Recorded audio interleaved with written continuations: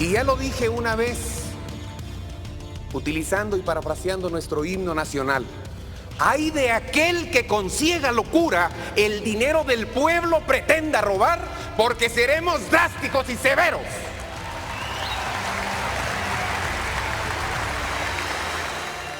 Así lo dice Jimmy Morales: seremos drásticos y severos. Utilizando 4 elementos, el Instituto Centroamericano de Estudios Fiscales analizó el estado que encontrará Jimmy Morales en su camino como presidente de la República, así como los principales retos y obstáculos a los que deberá hacerle frente el gobernante número 50 de Guatemala. Veámoslo de la siguiente manera. La política fiscal será la piedra que lo hunda o la tabla que lo salve. El Estado guatemalteco enfrentó la mayor de sus crisis fiscales de los últimos años en 2015, debido principalmente al deterioro de la carga tributaria y la imposibilidad real de impulsar una reforma fiscal que permitiera la disponibilidad de más recursos para el financiamiento de los recursos mínimos de funcionamiento del aparato estatal, así como la implementación de una agenda de mejoras en transparencia y lucha contra la corrupción. De acuerdo al ICEFI, los desafíos del gobierno a corto plazo deberá gestionar ante el Congreso de la República la aprobación de modificaciones al presupuesto 2016, ya que contiene errores en las fuentes de financiamiento para algunas de las asignaciones de gastos aprobadas. De no lograr la aprobación parlamentaria, Jimmy Morales enfrentará el problema de tener asignaciones de gasto para las cuales no existen recursos financieros para ejecutarlas.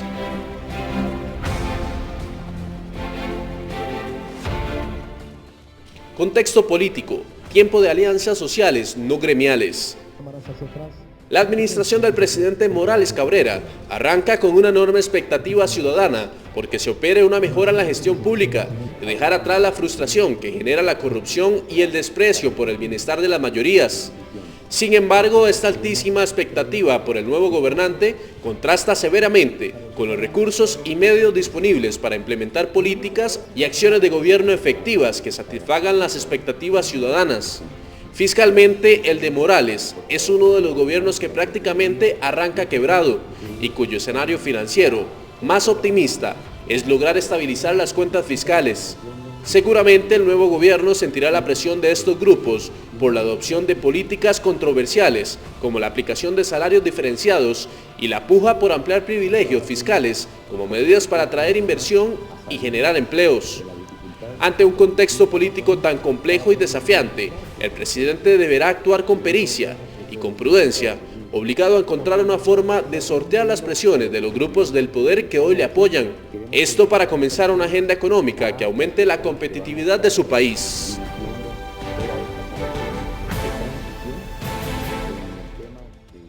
Para conversar acerca de este tema, contamos vía Skype con la participación del señor Abelardo Medina, economista senior del Instituto de Estudios Fiscales desde Guatemala. Señor Medina, un gusto saludarlo. Al contrario, es un placer acompañarlos. Escuchábamos en la nota anterior que Guatemala enfrenta una crisis fiscal, pero se le achaca a muchas razones. Se le achaca a una mala recaudación tributaria, se le achaca pues lógicamente a todo el tema de la corrupción, a un mal uso o a una mala distribución del gasto público. ¿Podría usted explicarnos, tal vez de manera más sencilla, cómo y por qué se da esta crisis fiscal? Cómo no, con mucho gusto. En primer lugar, debemos considerar de que la crisis fiscal que atraviesa Guatemala es diferente a la que enfrentan la mayor parte de los países, colegas, hermanos centroamericanos. La mayor parte de los países enfrenta una crisis porque el volumen del gasto es muy grande, excede en mucho a los valores que tenemos de ingresos y el déficit fiscal y los niveles de endeudamiento crecen mucho.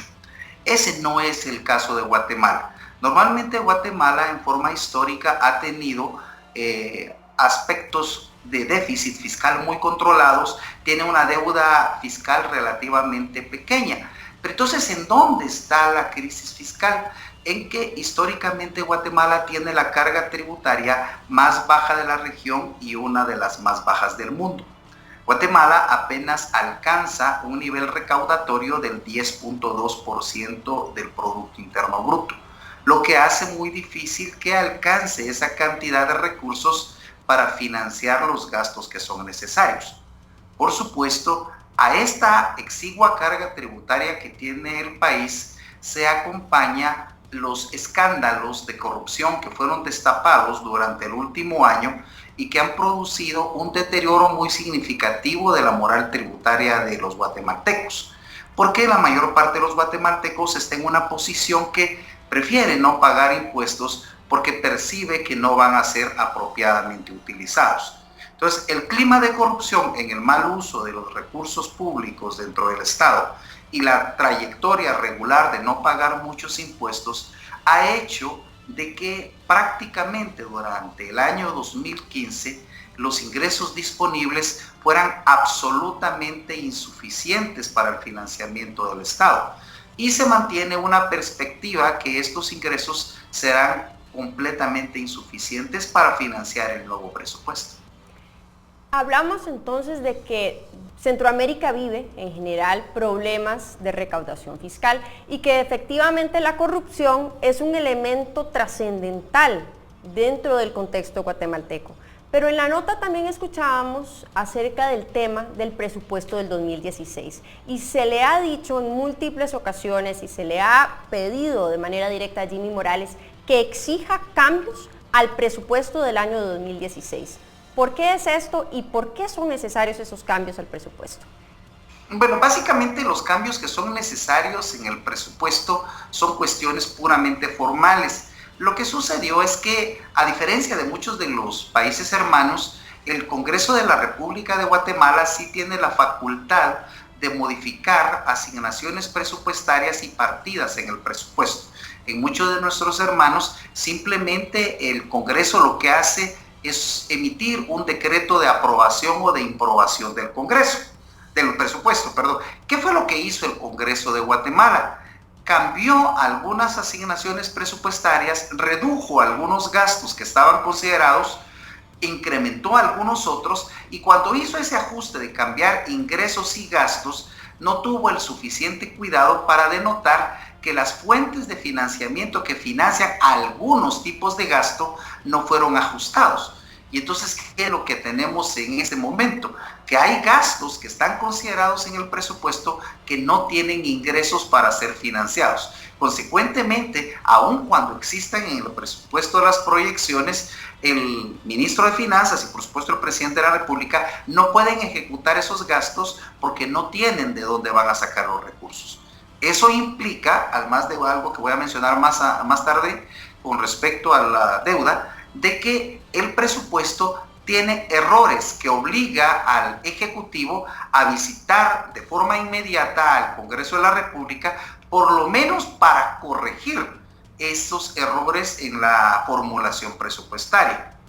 En cuanto a la deuda, también hay un problema, porque el Congreso de la República, tratando de introducir un mecanismo de control, lo que hizo fue establecer que únicamente podía el gobierno de la República gastarse hasta el 50% de los bonos que están considerados para el financiamiento del déficit durante el primer semestre. Justamente en ese punto me gustaría escuchar su reflexión. En el bloque anterior hablábamos de que hay un fraccionamiento legislativo y efectivamente usted nos dice que es necesario que el Ejecutivo acuda al brazo legislativo para lograr esos cambios inmediatos, urgentes y necesarios dentro del presupuesto. ¿Cuál es su opinión para que efectivamente se logre este consenso y que estos cambios necesarios e inmediatos se den lo antes posible? Nosotros en ICEFI creemos que estos dos elementos debemos partirlos en dos. En primer lugar, creemos que aun cuando si hay un serio fraccionamiento dentro de las bancadas en el Congreso de la República, la primera parte de la corrección, la que se refiere al reajuste de las fuentes de financiamiento para que se pueda ejecutar lo que está considerado en el gasto, no debiera tener mayores problemas, porque al final solo implica un acomodamiento de las fuentes. No hay más gasto, no hay más déficit, es simplemente una corrección. Sin embargo, para la segunda parte, que era la que estaba haciendo referencia, sí hay un problema muy serio, porque aproximadamente el 60% de los diputados que están en el actual Congreso de la República son diputados reelectos. Y en los últimos tiempos el Congreso ha tenido una fuerte resistencia a contratar más endeudamiento. Entonces, se nos comienza lamentablemente a acabar el tiempo y definitivamente es un tema interesante de ahondar porque son retos para un outsider político que necesita de un buen equipo de trabajo. En 30 segundos, si usted fuera tan amable, ¿qué consejo, qué receta le daría a Jimmy Morales para que pueda arrancar esta nueva administración con un buen negocio, con una buena amistad con el Congreso Legislativo, con el brazo legislativo? Mostrar total transparencia de las funciones que están realizando y tener una conversación clara y honesta con ellos, demostrándoles qué es lo que se espera y dando muestras claras de que se están utilizando bien los recursos públicos. Ese es el camino que nosotros creemos que debe seguir en el muy corto plazo. También, por supuesto, deberá ser más eficiente la recaudación, pero ese es un camino un poco más complicado. Gracias, señor Medina, por su participación y gracias al instituto que usted representa por verdaderamente ahondar en los temas que preocupan a Guatemala y que preocupan a la región. Hoy en Al Cierre conversamos acerca de esos retos, acerca de esos desafíos que va a tener que enfrentar Jimmy Morales, esta nueva administración en Guatemala. Pero recordemos que también son problemas comunes que afectan a toda la región y que tenemos que buscar soluciones. Así que ánimo Guatemala, ánimo la región, porque hay soluciones y porque hay propuestas. Nos vemos en el siguiente programa de Al Cierre, buscando analizar los hechos noticiosos que preocupan a todo Centroamérica.